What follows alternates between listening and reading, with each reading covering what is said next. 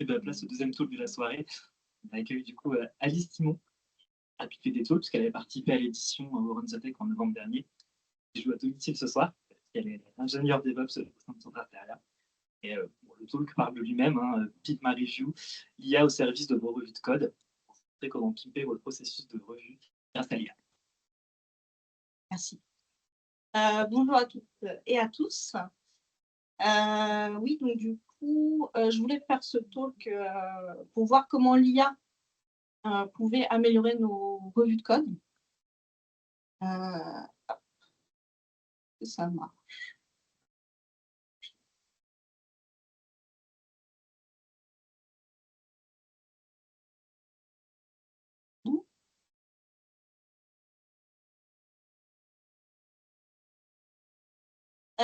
Ok, donc oui, moi, je m'appelle Alice Simon, je suis ingénieure DevOps chez Sopra Steria. Et j'ai effectivement fait déjà un talk l'année dernière à Warren the Tech qui parlait des GitLab Components. Je le précise parce que ça aura son importance après. Et là, cette année, j'ai été amenée à un peu jouer avec l'IA avec un outil que je vais vous présenter. Mais en premier lieu, je voulais rappeler un peu ce que c'était la revue de code. Donc, la revue de code, c'est un moment où on va venir partager notre code avec notre équipe. On va avoir des retours de son équipe pour garantir la qualité du code, essayer d'anticiper des bugs potentiels en ayant des reviews. Et malheureusement, parfois, c'est assez peu, ça peut être négligé. Donc, on peut se demander pourquoi on néglige parfois les revues de code. Et nous, on est parti du postulat qu'on pouvait effectivement négliger ces revues de code parce qu'on pouvait manquer de temps. C'est-à-dire qu'on a une deadline, on a un bug qu'on a fixé, on ne va pas prendre le temps de review, on va essayer de partir tout de suite avec. Et on peut manquer de temps du coup pour faire une bonne review. On peut avoir un excès de confiance, se dire que notre code il est parfait. Moi, franchement, il était super. J'ai aucun doute que ça va marcher, donc ça peut partir. Et on ne va pas faire de review. On peut avoir un manque de culture de la review aussi. Si personne n'a instauré le code review au sein de l'équipe, c'est dur aussi de commencer à l'instaurer. On peut avoir aussi des problèmes avec la fierté ou les égos de certains développeurs où en fait on va vouloir faire de la revue de code mais ça va être vécu comme une agression parce que la personne n'est pas préparée à avoir des retours négatifs sur le code qu'il ou elle a produit. On peut avoir des revues de code superficielles. On va lire très très vite, on va rater la virgule qui n'était pas bonne ou le mot de passe qui était dans notre code et qu'on a oublié d'enlever. Et du coup, ça peut être superficiel. Et il y a aussi le cas où on est un travailleur isolé, c'est-à-dire qu'on est en équipe de 1. Donc, on fait notre review et puis on est content de nous-mêmes. Du coup, là, on a du mal à avoir un retour. Et quand on est tech lead, il faut bien avouer que des fois, quand on fait une journée toute entière de review, on peut finir un peu comme ça. On a même un 5e doigt qui nous pousse. C'est terrible. Donc, il faut faire attention, quoi. Du coup, l'outil que je voulais vous présenter, c'est un outil qui s'appelle PR Agent. C'est maintenu par une équipe qui s'appelle Codo. Codo, ils ont grosso modo pas mal d'IA génératif. Ils sont plutôt spécialisés en test et en test coverage. Et ils ont aussi en open source PR Agent, ils ont une version payante où ils vont fournir en fait l'agent directement. Mais ils ont aussi la partie open source. Hop. Okay. Et du coup, PR Agent, c'est quoi l'objectif? En fait, ça va faire une première analyse du code qui va être mergé. Et ça va aider le reviewer peut-être à se concentrer sur les points essentiels et laisser de côté les trucs qui sont un peu évidents. Et lui, le robot, il est content quand il le fait, alors que moi, je ne suis pas contente. Les fonctionnalités qu'on retrouve du coup avec PR Agent, c'est la partie description. On va pouvoir lui passer une commande, il va venir décrire directement dans l'AMR ce qu'elle fait. On peut lui demander aussi de faire une review. Et ce qui est assez intéressant dans la partie review, c'est que ça va même savoir nous dire quel effort on va faire enfin, combien ça va nous coûter de faire la review, une estimation. On peut lui demander de faire des suggestions d'amélioration, on peut lui poser directement des questions quand on l'appelle, on peut faire un update du changelog, donc il y a plusieurs fonctionnalités, il y a des fonctionnalités à venir, mais il y a même d'autres fonctionnalités mais qui sont dans la version payante, mais celle-ci, c'est la version open source.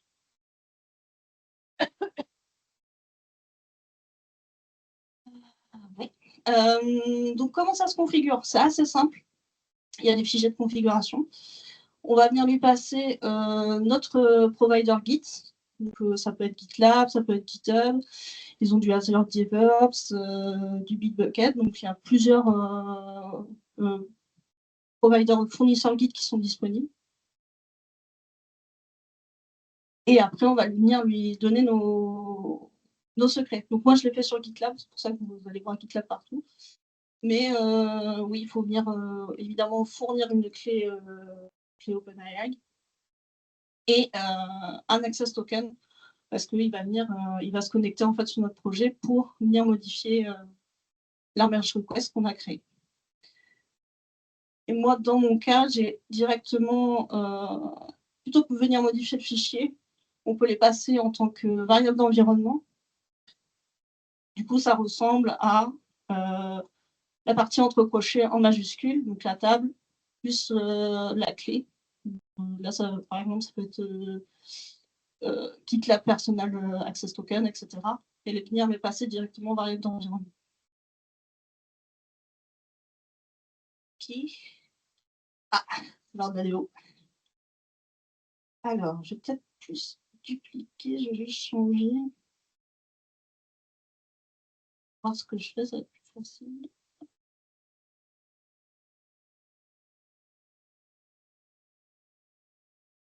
Ça veut dire.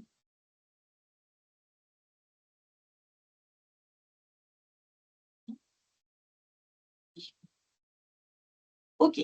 Alors, par exemple, moi j'ai un projet démo où voilà, je fais c'est du React, il y a des développements qui ont été effectués par un développeur. Et ce développeur m'a ouvert une merge request. Le développeur, c'est moi, mais on a l'idée. Il y a une merge request, vous voyez qu'il y a des commits, il y a 4 commits dedans, il y a 29 changements. J'ai pas trop d'avis, en plus, il n'y a pas de lien avec une fiche Jira ou Issue, donc je sais pas trop, ce qu'il y a dedans. Donc ce que je vais faire, c'est que je vais faire passer le PR Agent dessus. Je vais lancer la commande parce que ça peut prendre un peu de temps. Hop. Et je vais lui demander de venir décrire ma merge request. Autant que ça se lance. En attendant, qu'est-ce que j'ai fait en fait? Je suis venue lui passer un fichier d'environnement que je ne vais pas vous montrer parce qu'il y a mes secrets dedans. Mais en gros, on vient lui mettre une clé OpenAI, un access token pour qu'il écrit dedans, et quelle config on utilise. Donc la config, c'est GitLab. Ça, je peux vous le dire. On vient, du coup, dans notre appel Docker, prendre la dernière image de PairAgent et lui renseigner la requête, la merge request qu'on veut analyser. Donc, le premier truc qu'il fait, c'est qu'il me dit qu'il n'y a pas de description qui a été générée par PairAgent au préalable. Sinon, il viendrait la notifier, en fait. Il dirait, si on l'avait fait sur une version précédente, il viendrait dire, je l'ai déjà vu, mais je viens la mettre à jour avec tel commit, etc. Donc, il y a vraiment une gestion de commit après commit. Hop. Et voilà. Et là, normalement, il va finir par la générer. Voir si ça dit quelque chose. Et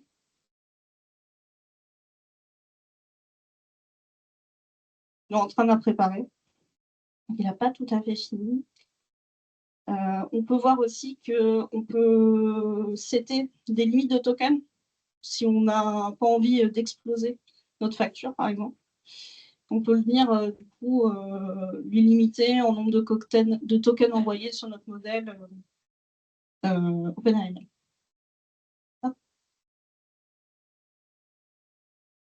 Je regarde.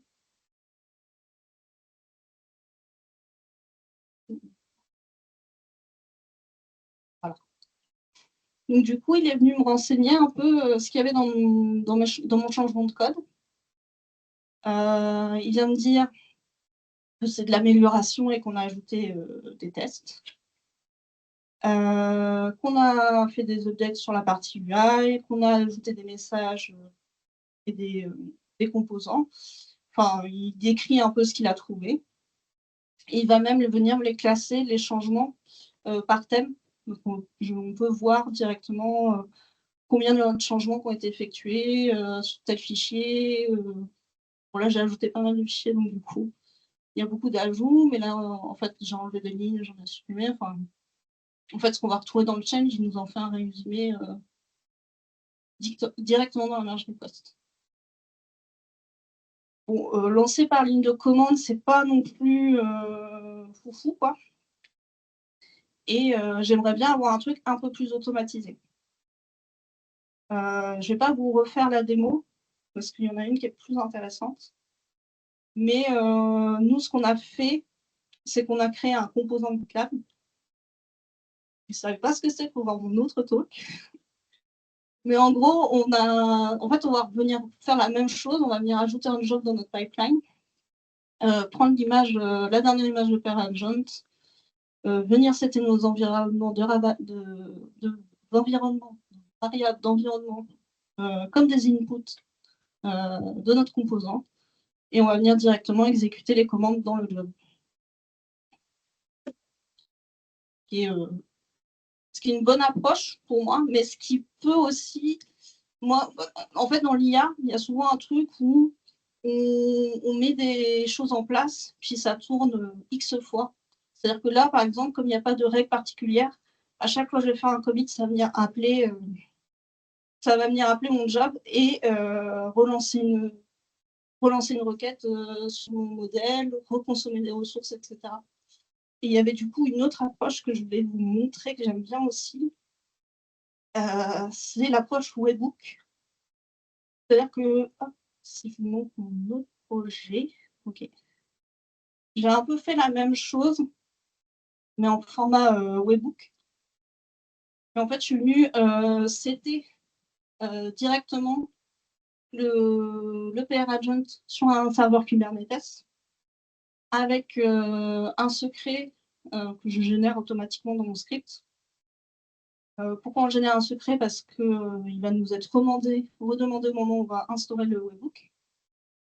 Pareil, le même principe, on l'instaure, on récupère des variables d'environnement local, tout ce qui est secret.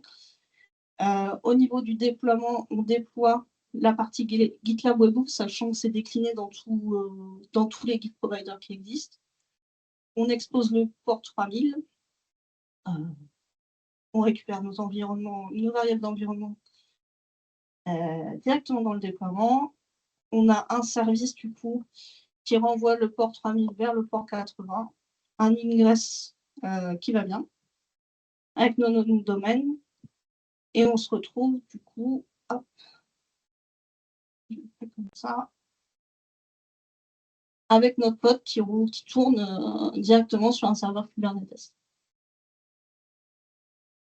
Une fois que c'est fait, on peut venir, du coup, configurer notre webhook directement dans notre projet GitLab.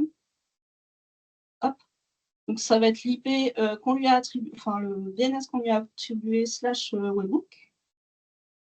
Et après, on vient mettre le secret. Hop. Et j'ai noté là.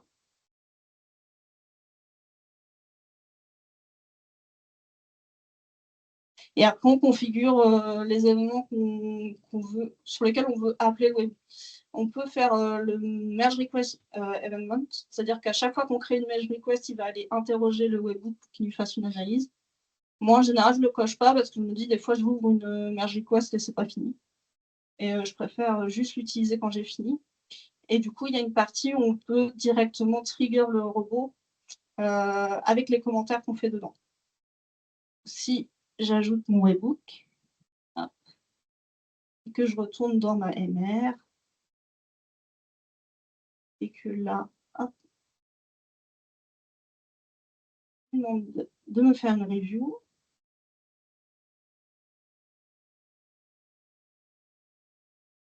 Review.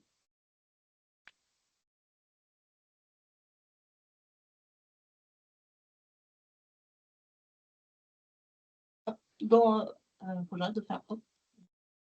On peut voir en fait qu'il a vu passer du coup mon commentaire. Il va venir faire une review directement dans ma merge request.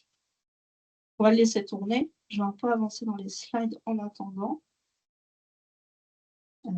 Qui sont là. Donc si je résume un peu, la partie Docker, c'est pas mal pour faire des tests. C'est assez simple à mettre en place et on peut faire vite, assez rapidement des tests avec très peu de configuration. La partie job, ce qui est bien, c'est que c'est intégré directement dans notre pipeline. Et du coup, c'est exécuté à chaque merge request et ça génère automatiquement une analyse. Et la partie webhook, c'est moi qui viens de déclencher à la demande des reviews de la part du PA Agents. Et ça permet de moins consommer en termes d'interaction avec notre IA générative. Si on résume un peu, donc là, choisir la bonne intégration, ça va dépendre de votre contexte. J'ai mis les points négatifs, du coup, parce qu'on a un peu parlé de points positifs. L'exécution manuelle pour le Docker, qui n'est pas forcément confortable. Le temps d'exécution qui est ajouté au pipeline, et le fait qu'on rejoue à chaque fois le job.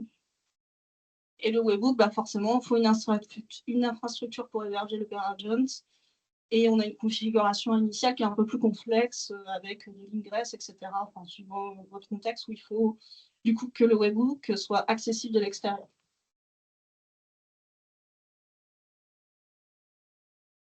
Il a fini.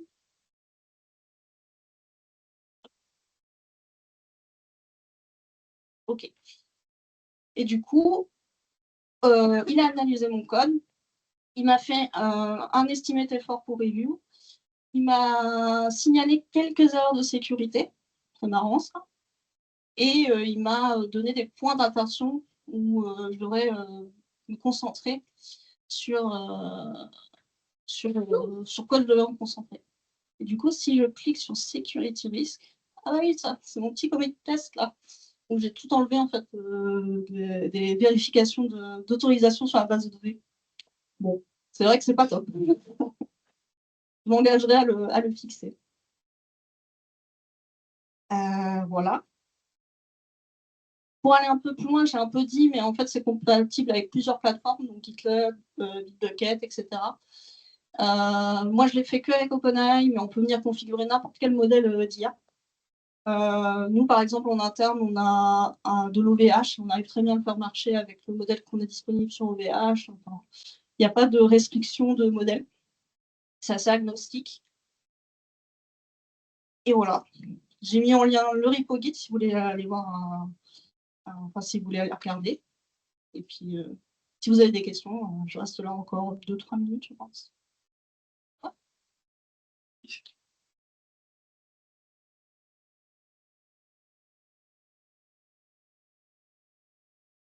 Alors, si vous avez des questions. Bonsoir, merci. Bonsoir. Petite question sur PR Agent, là, quel type de problème il remonte? Il va remonter, là, comme j'ai montré, un peu les problèmes de sécurité. Il va savoir comment analyser un peu les points de difficulté. Comme en idée, je ne sais pas si j'ai d'autres idées, mais c'est vraiment, en fait, moi, je trouve que c'est beaucoup un avantage quand on ouvre une merge request, au moins, on sait de quoi il est question dans la merge request. On sait à peu près les changements qui ont été effectués. Et si jamais il y a des problèmes de sécurité, c'est l'IA générative, il ne le remonte pas toujours de la même façon. Des fois, ça n'apparaît pas dans les security concerns, etc. Mais il remonte toujours à un moment donné que ça, c'est bizarre et qu'il faut regarder, etc. Après, c'est de l'analyse de code. Ça dépend des changements. Je sais pas, je pense que je n'ai pas répondu à la question. Non, mais on peut en discuter.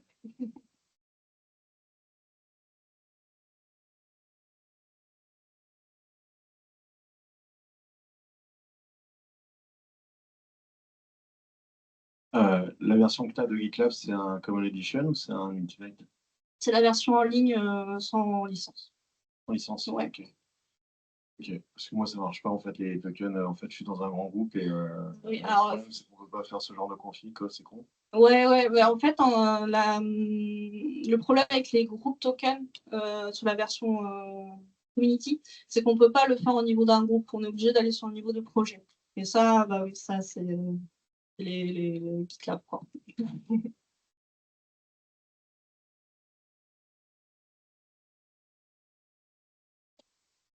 Moi, je me demandais, est-ce que l'outil d'intelligence artificielle prend en compte que le code qui a été commité, ou est-ce que aussi ça prend en compte la cohérence avec le reste du projet qui n'a pas été modifié?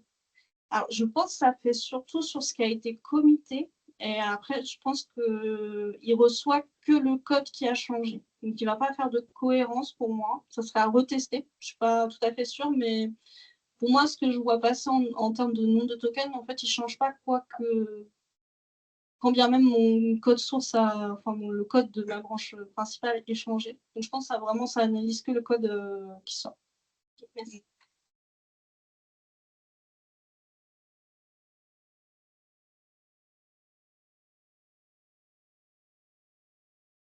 Bonsoir.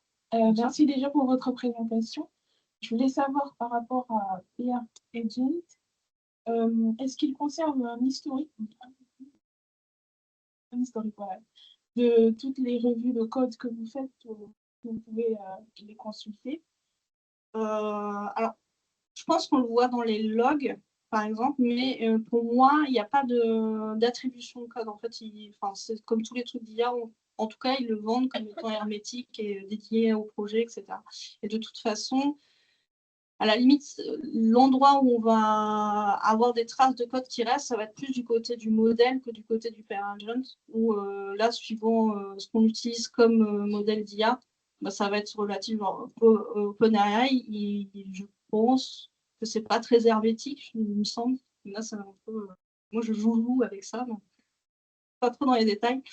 Mais on va, par exemple, dans certains projets, on va privilégier d'utiliser des modèles on-prime pour éviter que le code sorte vers l'extérieur. Merci beaucoup.